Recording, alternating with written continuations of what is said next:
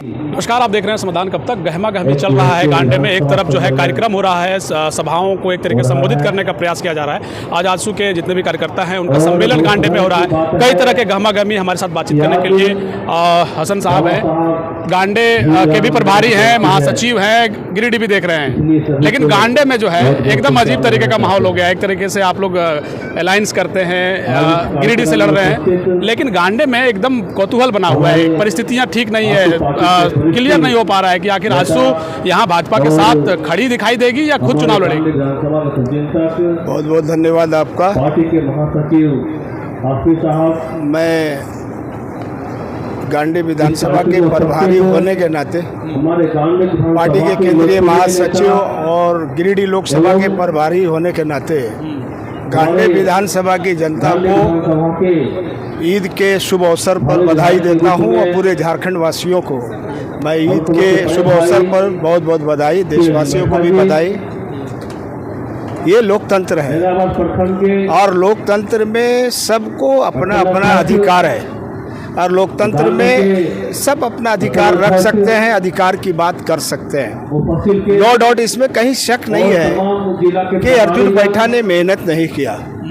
अर्जुन बैठा ने 4 साल से बहुत मेहनत किया है। गांव-गांव, पंचायत, सुदूर क्षेत्र में, ग्रामीण क्षेत्र में लोगों से जाके मिले हैं, उनके दुख दर्द को जानने का प्रयास किया है, जिसका नतीजा और जिसका परिणाम आप देख रहे हैं। इतनी धूप है और धूप की शिद्दत में ये महिला दीदी, हमारे भाई, गांडी विधानसभा के सारे लोग, हर जात, हर धर्म, हर समुदाय, हर वर्ग के लोग आज यहाँ उपस्थित हैं।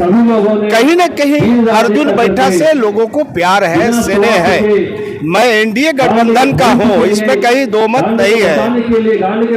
फैसला जनता करती है और जनता मालिक है। नहीं तो फिर पार्टियां तो बहुत कुछ तय करती है ना कि मान लीजिए आप कह रहे हैं लगातार मेहनत किए हैं, पिछले बार तीसरे नंबर पर ये रहे, लेकिन कहा यह गया कि एक तरीके से ठगे गए, मतलब लगातार काम किया गया। क्या अगर आप अलायंस किए तो भाजपा से ठीक ठाक बातचीत नहीं हो पाई या कहाँ त्रुटियां रह गई कि एक तरीके से आज इस तरीके का परिस्थिति देखने को मिल रहा है? देखिए, ये बातें तो हमारे आदरणीय केंद्रीय अध्यक्ष सुदेश कुमार महतो इस बारे में बताएंगे, लेकिन मैं इतना जरूर कहूँगा कि लोगों में थोड़ा सा दुख है और वो दुख हम लोग दूर करने का प्रयास कर रहे हैं और वो दुख दूर हो जाएगा।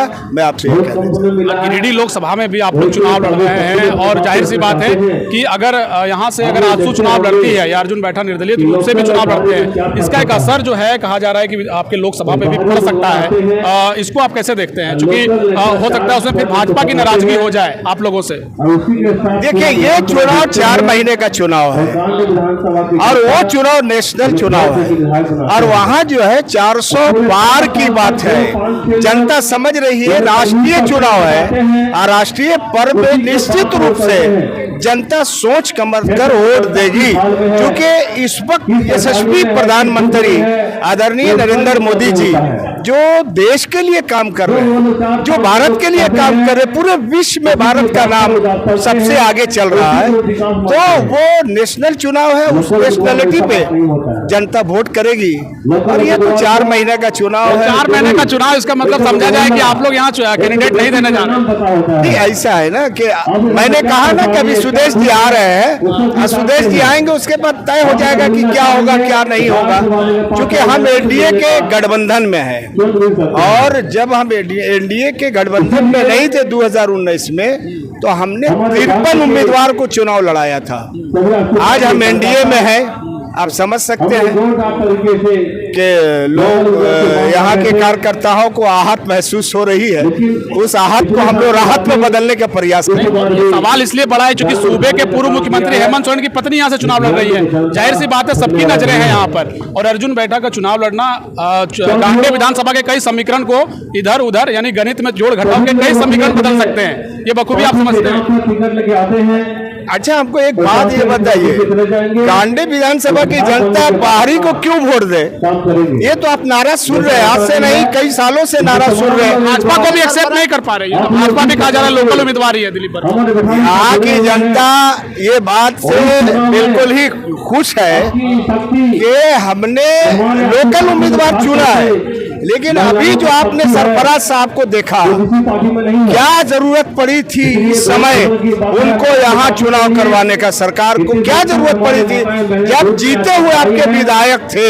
4 महीने के चुनाव को आपने गांडी विधानसभा की जनता को आपने झोंक दिया है, और इसी आक्रोश में आके जनता कहती है कि अब हम बाहरी लोगों को नहीं जिताएंगे, हम लोकल लोगों को जिताएंगे, और जब लोकल जीतेंगे तो हमारे दुख दर्द को समझेंगे, जानेंगे। इसलिए जनता आक्रोशित है, इसी जनता को मनाने के लिए हम लोग आए हैं। एक अंतिम सवाल है, सवाल ये कि चूंकि आप गिरिडीह लोकसभा के भी प्रभारी हैं, चुनौतियां वहाँ कहाँ देखते हैं? एक तरफ मथुरा महतो है, एक तरफ जयराम महतो भी चुनाव वहाँ लड़ रहे हैं, फाइट किनसे है आपका?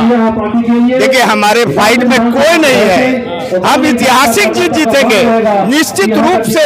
अगले बार हमने 2,48,000 वोट से जीते थे, इस बार हम 4 लाख पार करेंगे, ये मैं आपसे कहने के लिए। इसको आप त्रिकोणी श्रृंखला मानते हैं या फिर सीधा आपका महागठबंधन से फाइट है या जयराम महतो से फाइट है? नहीं, जयराम कहीं है नहीं, हम मथुरा महतो हैं तो हमसे बहुत पीछे हैं, हम उनको फाइट में नहीं ला रहे हैं, वो हमारे प्रतिबंधित नहीं है, वो हमसे बहुत पीछे हैं।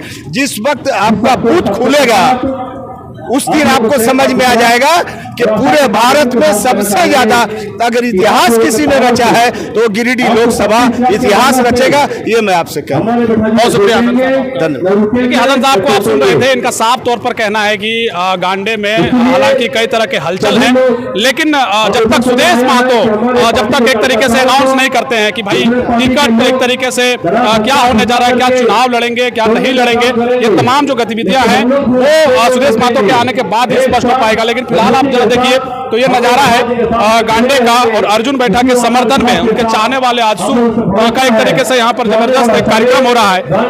देखना दिलचस्प होगा कि क्या कुछ होता है। जब तक सुदेश महतो जी नहीं आ जाते हैं तब तक अलग अलग हम एक तरीके से खबर आपको दिखा रहे हैं, जानने का प्रयास यही कि क्या गांडे में आजसू चुनाव लड़ सकती है। खबरों के साथ आपको जोड़े रखेंगे, देखते रहिए समाधान कब तक। शुक्रिया, धन्यवाद, जय हिंद, जवाहर।